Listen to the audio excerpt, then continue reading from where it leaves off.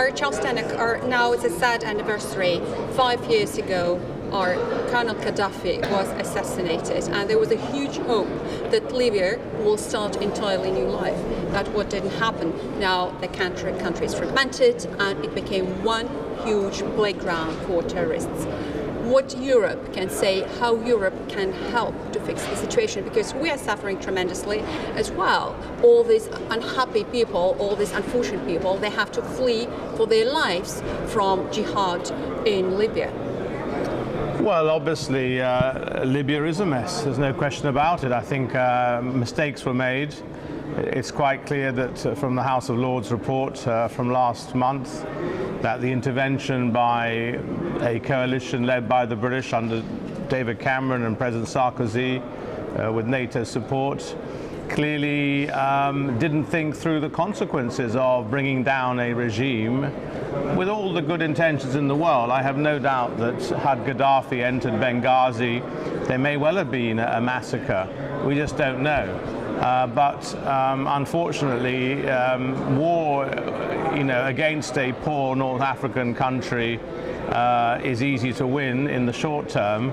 But you've destabilized a country which was completely hollowed out politically. Gaddafi and his regime had done nothing to build up civil society.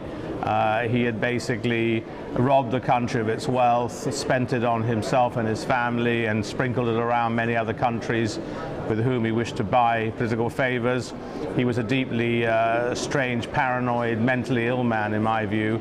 But at least he kept a very firm thumb on a fairly unstable part of the world. And now we have sort of, as it were, opened the Pandora's box. And there's all sorts of outside interests now interfering in Libya. You have countries like Turkey, Qatar, Sudan on one side, UAE on the other, money coming in and arms coming in from these countries, arming the militants, both the more secular ones and the more violent jihadist, Islamist forces. You have ISIS in there, you have all sorts of problems. Sorry, about Turkey, how come that it's a NATO country, and basically what we hear, they support the most radical fundamental elements in Libya. So basically they are in the team of jihad because they support political Islam. Well, that's a very serious problem, and I'm very critical of it, and I think it is a problem that many in the West are very concerned about. Turkey has been repeatedly told not to support these kind of jihadist forces. It's been doing so extensively in Syria. There are many reports of arms and money flowing, and their fighters being allowed to rest and cross the border from Turkey into Syria. And they are repeating the same kind of thing through their connections. AK party clearly has connections with the Muslim Brotherhood and fairly fundamentalist Islamist forces. Everybody knows it, everybody's aware of it, and I think people are very critical of what President Erdogan has been doing. I can't say that other than the fact that it is a member of NATO. It is a candidate for accession to the European Union. But what it's doing in countries like Syria and Libya, in my view, is not helpful. Charles Tannock, how Erdogan can be an ally for Europe in solving migrant crisis if basically he's fueling it by supporting jihadi movement in these countries? People flee Syria, people flee Libya. Libya is a huge open gate from Africa, from entire Africa, and there are so many people who are poor, who are suffering different fundamentalist movement, because it's also Al-Qaeda there.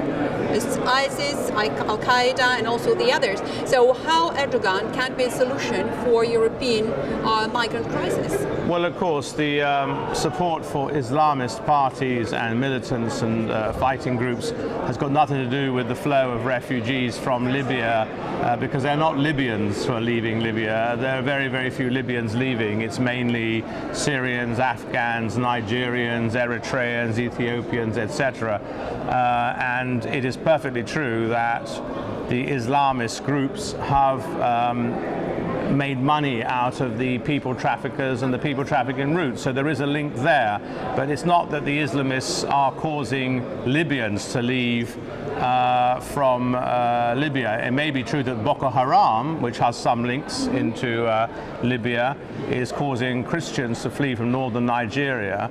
But I see the link as an indirect one. Certainly in Turkey, the deal that Madame Chancellor Merkel has struck is working to a certain extent. The numbers coming from Turkey have dropped dramatically.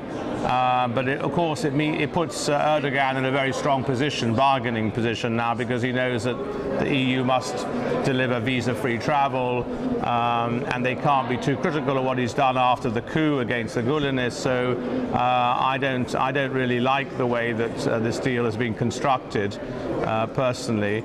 But the only solution, I'm afraid, has to be to send people back. We cannot in Europe have an uncontrolled migration flow. Where back? Because Libya is very much divided. There is our UN-backed government, or there is a parliament in Tobruk. They don't accept each other. There is no national accord. There is a disaccord on all the issues. And even we hear that biggest tribe, Yazidi, accepted Aisha Gaddafi, daughter of Gaddafi, as their leader. So where to go back, and how you see Europe can help to establish, if it can, all these conflicting interests there? Well, when I say back, I didn't mean back to Libya. I meant back to the countries they come from. It's quite clear that somebody coming from Nigeria should go back to Nigeria. And Nigeria is a rich country. There are parts where Boko Haram are active, but there's large chunks of the country which are under the control of the state and federal government. Similarly, in Afghanistan, similarly, large chunks of Iraq are perfectly safe. So if you come from Baghdad, I see no reason why you should be given asylum. And so what must be done is that deals have to be struck between the European Union and the member states to return migrants who are not, as it were, deserving the grant of asylum back to their countries of origin, because the majority of those coming across the Mediterranean, be it from Libya or from Turkey, are economic migrants. They're not refugees. But it's part of the problem. But the other part of the problem is that there is a jihadi movement growing in Libya, because what we hear, they continue fighting, they continue to destabilize the country, and until it's destabilized, it remains an open gate, and also it helps traffickers, because they also gain a lot of money on kidnapping people, on trafficking, on boats to Europe, etc., etc. So how you see Europe can fix the problem of Libya, and if there is a risk that Libya really will be scattered and will be divided in a few states? Well, to be honest, I think the whole deal that was originally brokered by Leon Bernardino was a probably upside down deal. We decided who was going to be the Prime Minister and the government first, and then decided to recognize the Tobruk Parliament and expected the Tobruk Parliament to support the government. And clearly it should have been the other way around. It should have been the Tobruk Parliament which recognizes and decides who the Prime Minister is. So it was very much the government of national accord, which we were all hoping would work, was rather imposed as a solution as part of the talks. It clearly is not working very well, because it doesn't have control of the territory. And the parliament is at loggerheads with the government, and the government is not able to control what's going on even in Tripoli. But of course the whole Libya concept as a state, I was looking at a map the other day, interesting map, Italian map from the 18th century, and it was very clear they had two provinces, Tripolitania and Cyrenaica. And this goes right back to the days of ancient Greece and Rome, where one was colonized by Greeks and one by Romans, the two provinces. So there's an historical divide between West and East Libya, which goes back 2,000 years, and what we see is a repeat of that. So personally, although of course I would prefer Libya to stay together and to be peaceful and to be re-established as a democratic, self-governing nation, I don't believe in the absolute inviolability of frontiers. I believe in a mixture of self-determination and inviolability, and every case is judged on its own merits. And if it means that partition is the only way to achieve peace, so be it. And I believe that the same for Syria. I think we need to look at borders again in the Middle East and North Africa, because clearly the ones which were invented by Sykes and Picot more than 100 years ago clearly aren't working very well. Well, we talk all the time about imposing or proposing something from the West, but it's African Union, and they were very active the period under Gaddafi assassination, and they were trying to negotiate his peaceful departure from power. But unfortunately, their diplomatic effort wasn't appreciated, and the West preferred this military scenario. So why you think our African Union can be more pronounced, why we can't engage them more, because it's their continent, and I think, and many people think, that they have to take responsibility of what happens there. It's their home. Well, I would be delighted if the African Union could come up with a solution. You're right, there were a number of former presidents who were negotiating with Gaddafi. I wasn't aware that they come up with a plan that Gaddafi had agreed to. They said he made some proposals, and Gaddafi was actually, if you remember, prosecuting his campaign to the east and about to enter Benghazi. So history, is unclear whether or not that solution would have worked. Certainly Gaddafi had a long history of trying to corrupt African countries, buying power, buying influence. I remember meeting his son many years ago in a London hotel when he was coming to London on a campaign to get the African Parliament to be moved to Libya. And his father had gone around small countries like Malawi, sort of throwing dollar bills out of the car, very sort of, colourful Gaddafi-style politics. But the African Union, yes, we should certainly support it if it can come up with something helpful. I mean, as you say, it's their continent, and similarly the Arab League. I would be very happy to stay well out of the problem in Libya. But unfortunately it's impossible because they have terrorist groups there which will not stop at Libya. ISIS in Sirte would certainly start to expand its operations north across the Mediterranean if it could. They are also, as you say, the source of large numbers of migrants coming to our shores. And there are European investments there in the oil industry, and there are big oil producers, so there are many European interests that need to be accommodated. But of course, I would far rather that African Union Arab League took the lead, not the Europeans. Charles Tannock, you touched the issue of the tragedy of Gaddafi assassination, because it was the world was shocked by its the barbaric way he was murdered and tortured, and many voices immediately said it's a crime of war, because our people expected, and maybe some of Gaddafi's surrounding expected, that he would be judged as Saddam Hussein. So because everybody has a right to life, and that's what Europe is standing for, first thing, and everybody has a right for legal protection. So they said that he even contacted famous French lawyer Jacques Verger, or Gaddafi and his team, that they hoped that he will be in The Hague most probably, or in the other places, and there will be legal procedure. But without punishment, do you believe Libya can be pacified without process? Because it's an apparent crime.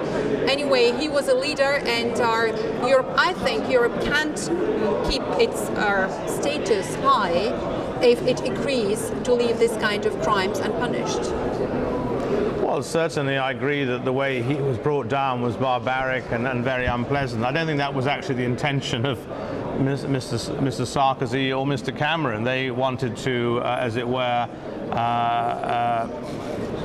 preserve the safety and security of the people of Benghazi.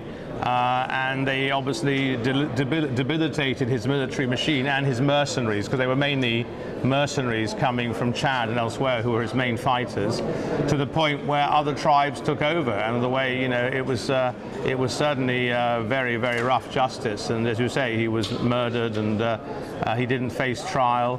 I believe Gaddafi should have been tried for many things he did wrong. He clearly killed many people and was behind all sorts of other things, like possibly the bombing in American Berlin, in Berlin of an American of a nightclub which killed American soldiers. He was, we don't know the Lockerbie story fully. All these things may have come out if there'd been a proper trial. You know, he helped the IRA against my country. So he had many, many enemies all over the world. But the other things might also count, because there were reports in newspapers that, and his son said that they supported financially presidential campaign of President Sarkozy. So it was cited many times in press. There was a rumor because the son of Gaddafi accused Sarkozy of being so eager to destroy his father because this money he was throwing not only to African countries, but he was lobbying himself also in Europe. I don't know anything about that particular allegation, but certainly over the years, and I've been around a long time now, there have been many allegations that the maverick Gaddafi Libyan regime was behind all sorts of you know, international terrorist and criminal activities and trying to buy influence. Clearly Gaddafi had many enemies. Nobody was sorry to see him go. Of course, you know, the way he went was barbaric. It should have been by due process. His son, I believe, is still hasn't faced trial yet, as far as I know, and so on. So there's a lot of unresolved judicial questions. But Libya is, you know, always has been a very violent society historically, I'm afraid. And Gaddafi himself came to power in a very violent revolution when he threw out the king. And he imposed a kind of reign of terror for decades. And so it's often he who lives by the sword dies by the sword, I'm afraid, is one of the lessons of history. So I wasn't surprised, but of course one wouldn't remotely justify it. And you can't put the clock back now. Now our priority is to try and get some security, stability, peace and democracy into Libya. Whether that's possible remains to be seen. As you say, 5 years have gone by and it's totally unstable.